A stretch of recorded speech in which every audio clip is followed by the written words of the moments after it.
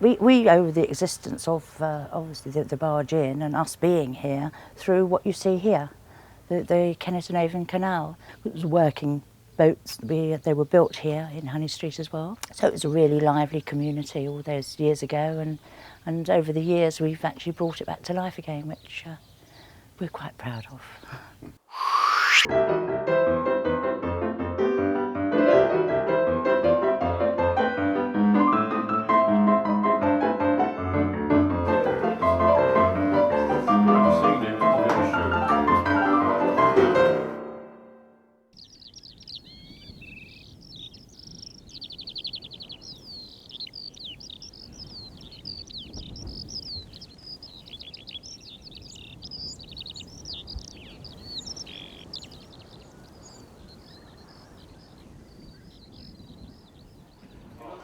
Adrian and June Potts manage the Barge Inn on the Kennet and Avon Canal at Honey Street near Alton Barnes in Wiltshire.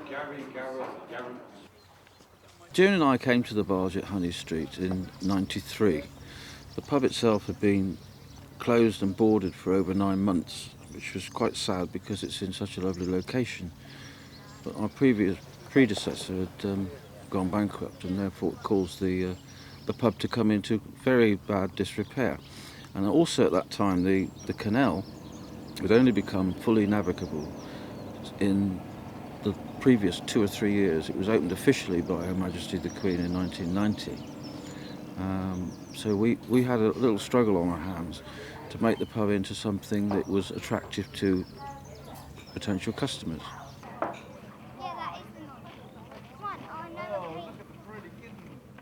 The Barge Inn was purposely built for the Kennet and Avon in 1810.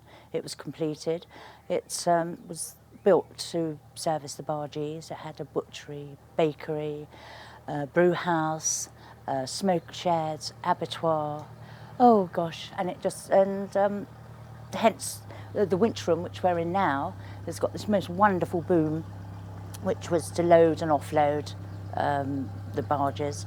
We also had a lookout, so that there was a little man obviously employed to go and sit up to see what boats were coming, as to what to get ready for the provision wise, and really that's why we're here today. And we now just sell beer and food, and so still we service bargees. As you can see, we have boats moored here and boats pootling along, so it's quite a busy canal now.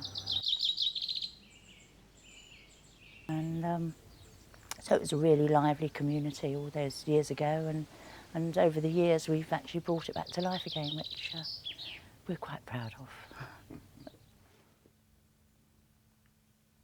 Well, my family's been here over 100 years, and we started the village shop. My grandmother started the village shop with 3 sweet bottles on a little table in the corner and a jar of vinegar, and then we became the village post office and general store, which we have been for really 100 years, I would say.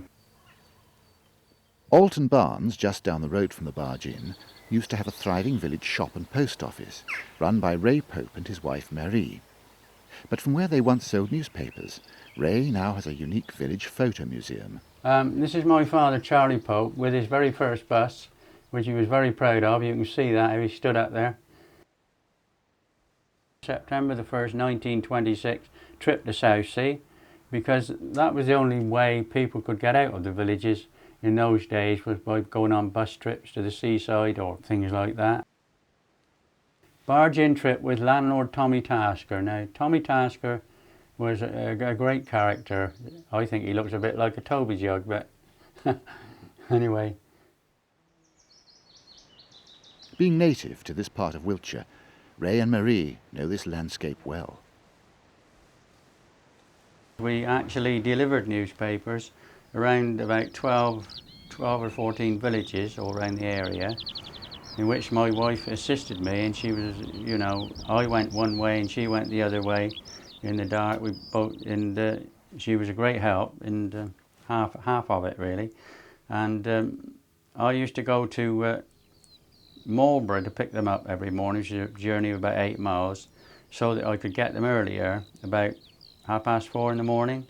And lots of people said to me, well, I don't know, you know, I wouldn't like to do that, but I loved it, because I saw all the nightlife, the foxes and the badgers, owls and all that sort of thing, and I really enjoyed it, every bit of it.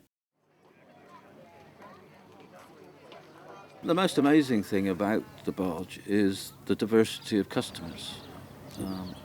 We have people from all walks of life. We have boaters, we have hikers, we have walkers, we have campers with the camp field here. But the most significant contribution to the business has been the crop circle enthusiasts. They come from across the globe. A keen crop circle artist has covered the entire ceiling of the Barge Inn snooker room with a mural celebrating the mysterious landscape surrounding the pub. Well, he was Vince Palmer. He lived locally up in East Kennet, and he approached us and said, do you think I could sort of put something on the ceiling? So we said, yeah, fine.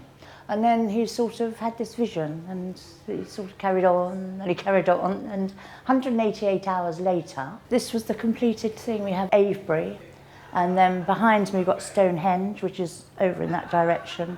Then obviously the barge is in the corner. The Eastfield, which is where the famous DNA crop formation is, that was of 97.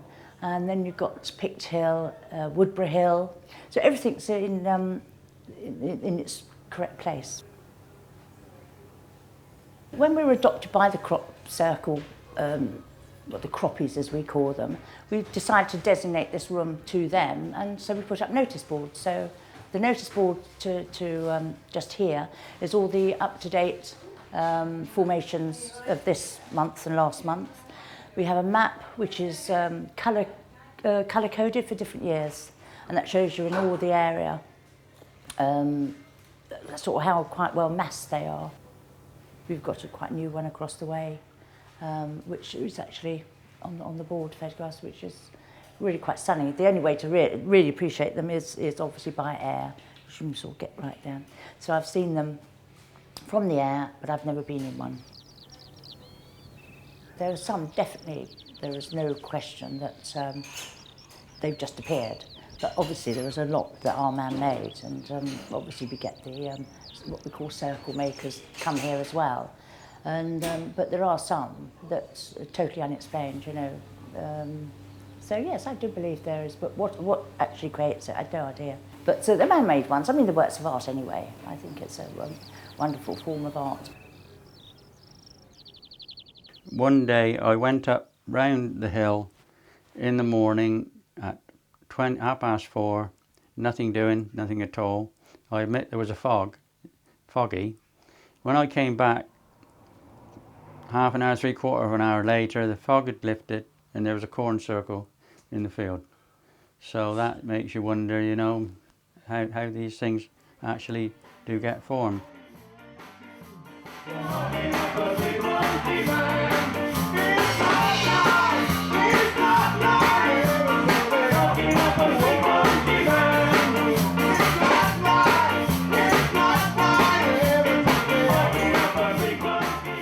Our 10th anniversary, which we celebrated on the 21st of June, which coincided with the summer solstice, was an absolutely huge success, and it was a terrific day and a great celebration for us.